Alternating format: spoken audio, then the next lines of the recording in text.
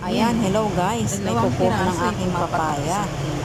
Nakakatuwa nga, isang puno na yan, 40 pieces ang nakuha ko. Marami pang natira dun sa taas, konti. Palalakihin pa ulit. Alam mo ba, isang peraso nasa 1 kilo? Ba? Ay, mahigit na palang ano. Tulad yan, mahigit 1 kilo. Bawal nga naman. Ang laki pa naman ito. Mahigit 1 kilo. Ito yung ano, yung hinog na. Parang gusto ko tong ano, iwanan tong yung mahihinog na to. Huwag na. Yan o, 1 kilo yung hinog ko. Ay, Diyos ko.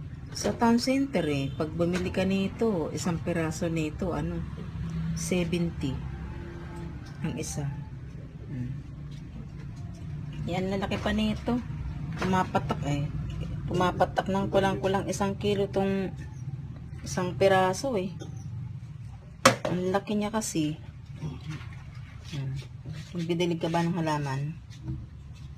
Tingnan natin ito kasama to. Kakatuwa. Eksakto 1 kilo yung isa Putol kasi. At ito'y walang spray to Kulang yan. Ito ay pure na bunga talaga nung nung nabili ko nga sa town center. Ayan. Ito, hinog na to kulang-kulang 1 kilo. Isang puno lang to, bale 40 pieces ang bunga niya.